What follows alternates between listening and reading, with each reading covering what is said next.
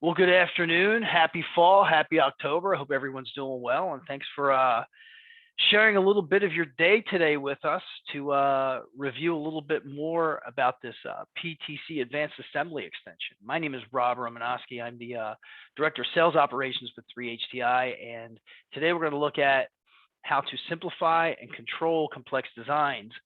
And this is going to include a brief presentation on the Advanced Assembly Extension for PTC and from PTC and a demo on the solution as well. And that's going to be handled by application engineer Paul Dye, who usually helps us out with our webinars. He does a great job, and I'm really glad that he has the availability to continue to help us with this webinar series. So we're looking forward to running different Creo webinars throughout October through December. And we will also take these recordings and put them up onto YouTube so you can view later at your leisure. So without further ado, I'm going to pass everything to Paul. If you guys have any questions, I'm going to stop sharing, Paul, so you can take control. So if anybody has any questions, just feel free to type those into the chat box. We'll try to answer them as we go along. And Paul, take it away. All right. Thank you so much, Rob. And again, my name for anyone that hasn't been on before is Paul Dye. I'm an application engineer, like Rob mentioned, and really happy to be on. This is really probably potentially one of the best extensions that we have with Creo and the Advanced Assembly Extension. It's very powerful, a lot of things that go into it.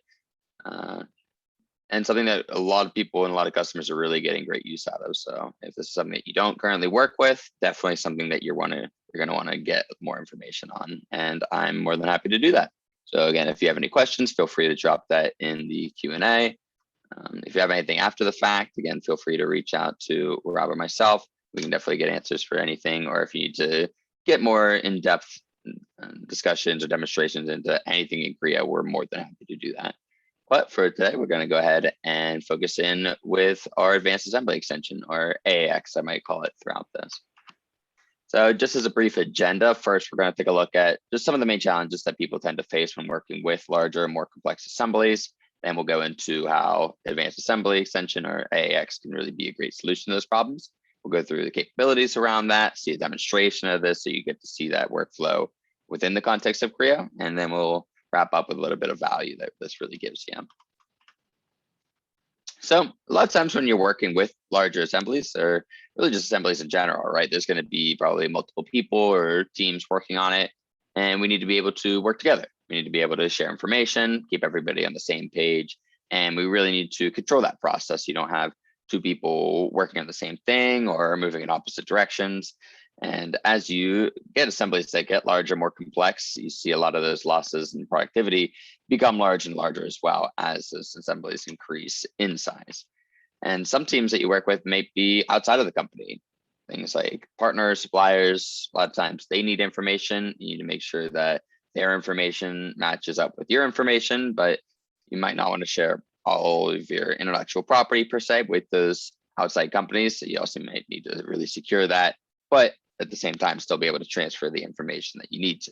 And traditionally, CAD is pretty limited when you're working with this type of designs, because when you're working on a design with 10, 15, 20 other people, you really need dedicated tools to assist you there. So if you don't have a system in place to work with those larger assemblies, again, it can be a very slow, very tedious process to plan, document, assemble things. So whenever it comes to us working, us sharing, us collaborating with those designs, really, the question becomes, what can we do around that, right? So this has always been a question around working with 3D modeling, and really our solution with Creo to address those problems is with the Advanced Assembly Extension, or AAX. So this is an extension that gives you design tools specifically built out to combat some of the challenges that you see with larger, more complex assemblies. And overall, what it's doing is speeding up the assembly process among your design teams, outside teams, even down to manufacturing, and then be able to, at the same time, effectively manage everything throughout that process. So at the start, really, it begins with the idea of top-down design. So being able to plan the framework for how the assembly is going to go together, what it's going to look like, and have that planned out from the beginning. So that starts with the idea of skeleton models, which really lay the framework for which areas of the assembly that we're going to be working on, gives us the ability to share and work on only the areas that we're concerned with. We also have a reference viewer. So this is our tool for managing and also viewing the different references and different dependencies for the different parts, assemblies, subassemblies. And again, we have full control over the references in the model. You can define the scope where each part is connected together. We really want to manage those different references. So over the course of time, we want our models to be more flexible, right? We don't want to make a change and see everything flash red that you might see in some different systems. So that's a lot of the way that we go through and avoid that. And throughout this, we also have the process of concurrent design, which is still kind of similar, but the idea here now is that we're going to be working together. So one designer or engineer might be in charge of a certain part of the design. You might have one that's working with the handle, one with the blade, one with the switch mechanism, and it's all controlled and accessed through our main integrator or lead designer, right? So once they're going through and doing something, say they're in a design review and they say, okay, well, now I want to see what this design would look like if it had more of a curve. Maybe I want to increase that radius or shrink down the width, right? Well, whenever that changes, we want to be able to push that down the line to everybody, right? So if you want to change that overall design, make sure everything's going to update, right? It's not a whole process of what changes did you make, what changes did they make. Everything can be fully associative and everything can update without having to even access the entire model, right? So that's a lot of the ways that we go through and manage that process. And there's also the use of inheritance models throughout that. So controlling when you make changes to certain parts or subassemblies, whether or not those changes are then propagated down the line. So this is really helpful if you wanted to have a model set up for analysis, one for manufacturing, one is the design model, be able to control exactly what type of changes get pushed down the line. We also want to work within this assembly configuration. So we have tools like interchange groups for things like fastener attachments, where maybe they always go in the same way. Well, maybe you don't want to spend the time setting that up individually. So something like a custom electronic fitting, when you're trying to make it mount, you just click the face it goes on, give it a location. So it's really quick to go through and set those up using interchange groups. And also the idea of design to order. So this is where I'm starting with a standard configuration, but then you have 5 pieces of that that can be easily swapped with others just based on whatever the customer's orders are. So there might be a particular configuration that you never make, but you're always ready within an instant to go ahead and get that new configuration just based on whatever order that you have or whatever configuration you want to set up. We also want to be able to define process planning. So how does the model go together? Well, you need graphics, you need bill of materials. We need to do all that for manufacturing. So really to show how that goes together and define that with our engineering information. So you don't have to recreate any of that and really allow Advanced Assembly to give you a lot of that assembly process. And this really works in well with a lot of our tools for visualization and performance management, right? So if you have a big assembly, that could really be a huge amount of data that your computer has to crunch. Well, we have tools to really control that. So if you only want to look at a certain area, be able to turn certain areas off, shrink wrap things, it's reducing the time it takes to load everything up, put it to memory and work with it. So these are all capabilities that work very well with the Advanced Assembly Extension. And with that, we can go ahead and jump into a demonstration here. So again, wanted to cover all the main capabilities, but now I'll be able to go through and show really what this workflow looks like. So if this is something you haven't seen before, this will help to make it really make more sense. We can go ahead for our demonstration here. So we're going to be working with the train, and obviously anything remotely approaching the size of a train is going to be a big model. Lots of pieces, lots of work from start to finish. Even if you break it down just to a particular car or locomotive, right? That's a lot of geometry. And Advanced Assembly is all about managing the model. It's keeping track of when you're working with your teams, who's controlling particular geometry, who's working on certain areas. So that's what AAX is all about. And a lot of it revolves around the idea of skeleton models. So again, a skeleton model could be lines, arcs, curves, surfaces, really anything that you want to use to set the overall control for the model. And the idea is once you have a skeleton model, you could say, okay, take these surfaces, take these curves here, and I'm going to publish them and use them for, say, structural components. And then maybe with another skeleton model, we could say, another set of published geometry here. So maybe we'll grab a surface over here, a couple other sets of curves. It's really whatever makes sense. Curves, lines, arcs, points, any of the references that you're going to want to use downstream. In this case here, these are all going to be used for the interior of that cart. So maybe we need the windows or a certain part for the door. So I'm grabbing all those from the skeleton and specifically grouping them using that published geometry. So I give them a name so they're easy to find later on. And now I've got my different parts of the model set up. So we can go ahead first into my structural model. And inside that structural model, again, I have that skeleton model. And it might be some that I built out here, but again, I'll just go ahead and grab that published geometry that I had earlier, put inside structural skeleton for my car structure. And same thing here for my interior. I'm going to go ahead and copy the geometry that we had before. In this case here, it's going to be the published geometry for interior. All right, and now from here, we can go ahead and grab all that from the skeleton and go ahead and get started on the structure. And that's part of the key here is now I could be working on the structure model, somebody else could be working on the interior, and we're not stepping on each other's toes, getting in each other's ways. That's because that skeleton that's coming from the top level is controlling this work. And in this case here, maybe I need some additional support hoops to help support the structure. And I can just simply use that curve here that I got from the skeleton. I'm going to do a sweep of that overall shape just to kind of show you how this would work. Go ahead and sweep that section along the curve. And now I've got my beam profile. And from there, it's really just some standard Creo work. Cut out where the upper support structure goes. You go ahead also and shell it out. It's really whatever you want to do, just doing some really standard CAD work. But the idea here is that the master overall shape is still controlled by that top level skeleton geometry. And that's what advanced assembly is about. It is making it very easy to make those connections, control them, and as we see here, changing them, right? So we can go ahead and pattern that hoop along the length of the cart. And now my support structure looks good. I got my new hoops, all that geometry, so I can go ahead back and turn on all of my structural assembly. And with these, you'll see I'm using lightweight representations. So say, if I don't need to see all of that part or just certain parts in particular, go ahead and turn them off. And now I'm going to go ahead and work on the interior here. So maybe I need to build something on the wall, work with just a piece of that. In this case, I've got an existing wall that I'm going to punch out where the window goes. Well, again, what's the size of that? What's the shape of the window? That's something that we're getting from the geometry from the published geometry. So again, we can grab that loop. We can make a form feature out of it if we need to. So we're going to go ahead and assume this is a sheet metal piece. It's going to be punched out. We'll give it a little bit of thickness. In this case, I'm just giving it some extra because I know I'm going to trim it down based on the surface from the master model. So we can give it a taper, round off some of those edges. And again, it comes out a little bit further than we need to, so we can go ahead and cut that down. Sure it does it on both sides here. And I use the copy geometry for that. Again, still letting the master control all of it, but I get to use it here within my own work. So I don't have to have the whole train. If I'm just working on the interior, don't need to load up all that other geometry. All right, so my walls are good now. I got windows, so our passengers can actually see outside of the train now. And we can go ahead and turn on the walls, regenerate my model.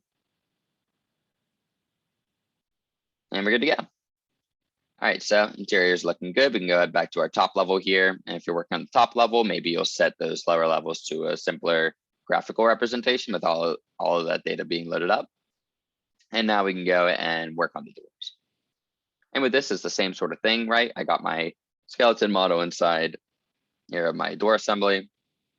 In this case, I also have a shrink wrap of the rest of the geometry. So I need to work on the door, but I also want to see the rest of that piece, but maybe don't necessarily want to work with the entire car assembly. Well, again, I can bring things like shrink wraps to the existing floor structure and then just work around it. And now we're going to go ahead and use some copy geometry. But again, I actually want to control it here, right? So what we can do here is specify again whether geometry updates or not when we make changes. So that's something that we can actually set throughout here. So in this case, we want to have it set to be a manual update, which again will make sense as I go on here in a little bit. All right, so we just go through some different options here. Again, we can use that surface feature, surface quote that we copied from the skeleton. We can go ahead and use that to make our door. We'll give it some thickness here, cut out some windows again, see how that looks. And again, this is probably going to be a big drawn sheet metal part. So we'll go ahead and shell this out. We can give it a certain thickness. And that's looking good for the start of my door. So now I can have the base structure there for the interior of the door. We can turn on the rest of this so you can see kind of where we're going with this.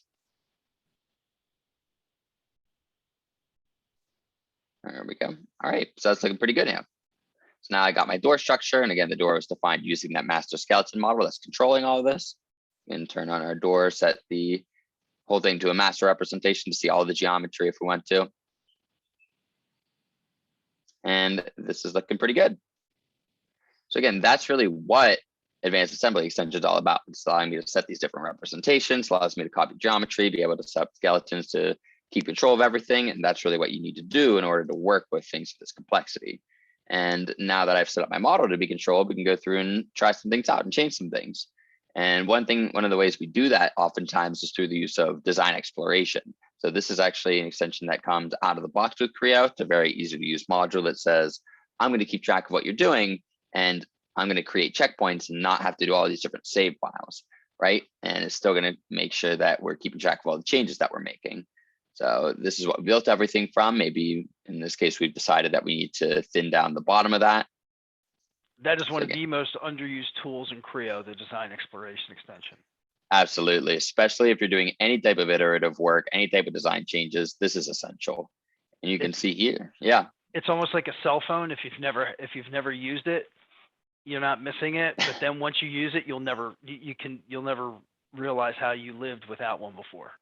So yeah, a lot of people a cell phone because it helps you get your work done faster. But it's a great tool. No, it really is. And a lot of people will typically go through, and when they do this type of iterative work, they might say, I might have their train cart and they might call it train 1 and then make a change and then call it train 2 and train 3. And you have all these different versions of the files that you have to go through and try to manage. And you have to try to figure out, okay, well, when did I make that one change? When did I try that iteration? And it's completely gone with this, right? We're able to keep track of all that, keep track of the entire design history. And again, whenever you go through and work with that, it's just one save file. It still has all that design history, and so you're still able to go through and work with those different configurations at any point. Exactly. So yeah, again, very, very strong tool. And again, something that actually just comes out of the base with Creo now. So something that we saw as essential, and we saw as something that we wanted to include just with the base of Creo now. All right, and we can see here, actually, after we've gone through and made those changes, everything updated, except for one thing here, which again, we set to be manually updated. And again, we wanted to go through and see what we had happen here. So we can do some examining on the model, kind of see what happened. And one thing that we can do here is actually see exactly what's changed. We can see what parts are outdated, what things have been updated there. And if I'm happy with it, then we can choose to do an update. So again, it doesn't have to be everything's controlled, everything updates automatically. You can do it if you want to, but you can really also put specific controls there. And again, using the design exploration, I add in a checkpoint wherever I want to reference back to, and I keep working, keep moving on.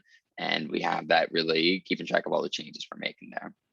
So in here, we can go ahead into the passenger car. We can open up a cross section so we can check out what we got inside here. And maybe in this case, I want to make a change. And this really just becomes normal Creo work, right? Maybe I want to make a change to the armrest, whatever it is, right? What the design exploration is basically doing is watching these different changes that I'm making. And it's allowing me to say what I like, what I don't like, and clearly showing what happened. So in this case here, maybe changing the armrest. Again, maybe I add a feature to it, reorient it, and it's really keeping track of everything for me. And this is great for built to order type of products as well. Yeah, exactly.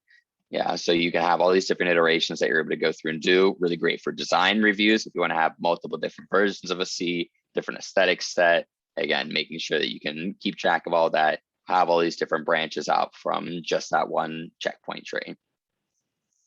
And again, it's doing all that for you. It's not doing all these different copies of the file. And at any point you can say, you know what, that's not where I want to go. Maybe I want to go back to a different checkpoint that I had. You can go back there if you want to, make more changes. Again, just doing normal Creo work in that case. So here I can activate that older checkpoint for the shell change. And notice that the seats there back, they're really just right back the way they were. So that's going to be true for any sort of changes we make. So it's included for parts, deleting parts, changing geometry. And if you like that, you just go ahead and select that. And that's the one you want to move forward with. You just say, okay, done. This is where we're going. So there we have our new shape, our new profile for the cart. And it's, again, all being controlled here through the use of the Advanced Assembly Extension. So it's really giving me the ability to work on these larger assemblies much more quickly and much more in control. So that's the Advanced Assembly Extension, something that we've had within Creo for a while now, and something that, again, a lot of people really get great use out of. And very quickly, I do want to wrap up just by making a point here to cover some of the real value that you really do get from working with Advanced Assembly. So it's all about improving your company's design process, and specifically starting with reducing time to market, right? If you can all work within a very streamlined product development system, you're getting out products much faster, and the actual products that you're designing are, at the end of the day, going to be a much higher quality, right? You're not going to have things that get out to the shop floor and then you put it together just to realize that it's not going to work, right? So same thing with supplier products, that clearly, maybe if you would have been able to share enough information, it would have worked. So product quality is big improvement there. Really start innovating and putting these things together. You're really starting to develop and define new markets, right? Because you're able to try out new things, try out more variations of assemblies that you've already created, work it in with the design exploration extension if you'd like to. And again, at the same time, have Advanced Assembly control that whole process and really eliminate those type of errors. All right, so this has been our demonstration around it. Again, a lot of great functionality there. If you have any questions, feel free to drop that in the Q&A. We're more than happy to take any of those right now, but I can pass it over to you, Rob. So we got one question. Someone's asking, how do they create an STL file for 3D printing from one of their checkpoints from design exploration? Yeah, so essentially how it would work is you don't have any files themselves until you go ahead and accept one of the checkpoints. So what you would do if you wanted to get, say, a prototype, if you were working with different iterations and one of your checkpoints you wanted to go ahead and get a 3D print of, what you would do is you would set that checkpoint at a specific point, you accept the changes there, and then at that point, you can do a file save as and do it into whatever format that you'd want to use for 3D printing, whether it be STL or 3MF, a lot of different options and a lot of different things you can do within Creo for specifically 3D printing. Then after he does that, is he able to, reverse saving it and go making that part of the file a checkpoint instead of being the end result? No, exactly. So that's really part of the beauty of it is maybe you go through and you work with that and you say, okay, well, I actually maybe don't want to go forward with this one. That design exploration session is still always available. You would just simply jump back into it and it has the full history of the design. You can switch to other checkpoints. You can go into anything else from that point and then move forward with any of those different branches as well. So you always have that available to you at any point, even if you decide later on that you've changed your mind. That's actually one of the big things with this is it allows you to go through and try different things out. And if you ultimately decide that you don't want to go that direction, you can just go right back into all of your other decisions or your other branches. Cool.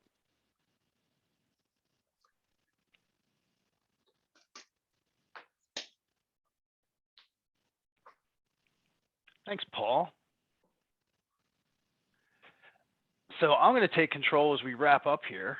There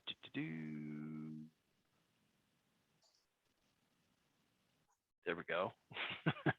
Thing jumps around on me. So if just to share something with you, if you're currently a 3HTI customer, what we provide is we provide a 1 hour of desk side coaching for every license of Creo that you have. And if you have one license of Creo, we'll actually give you 2 hours of desk side coaching. So if you have 4 hours or 4 licenses of Creo, we'll give you 4 hours of desk side coaching. And the whole purpose of this is, like when we're discussing the design exploration extension, you don't know what you don't know. So it might be something that you've never used or you've seen it, or one of those things like, hey, it sounds really cool, but I'm too busy because I've got deadlines, I've got all these other things to do, or my engineering team is too busy to really learn this thing, but we'll do it tomorrow, and it just keeps getting put off. Give us a call and we'll set up a session for you so you can learn design exploration extension. We can help you with tips and tricks based on what you are specifically modeling within Creo. And if you're a new customer to Creo, we can help you get up and running quickly so that you can adopt and use the software how you need it. So that's what we want to do. We want to help add value to our customers and help them to be able to maximize their usage of any PTC tool, whether it's Creo, whether it's Windchill, whether it's anything from the Vuforia suite. We're here to help you become better at what you do. So I'd like to thank you guys for attending today, and I want to thank Paul for doing a great job, as he always does, with leading the webinar and the presentation. I will have this recording up on YouTube very soon, and we'll be sending you the recording so you can watch this at your leisure. But if you have any other questions, you can either respond to the emails, the invites that we send out. If you respond, they'll come directly back to me, or you can contact us at info@3HTI. My email address is here and phone number in case you need to contact us. So thanks again for attending, everyone, and have a great day, weekend, week, month, rest of 2021. Thanks, everyone. Take care.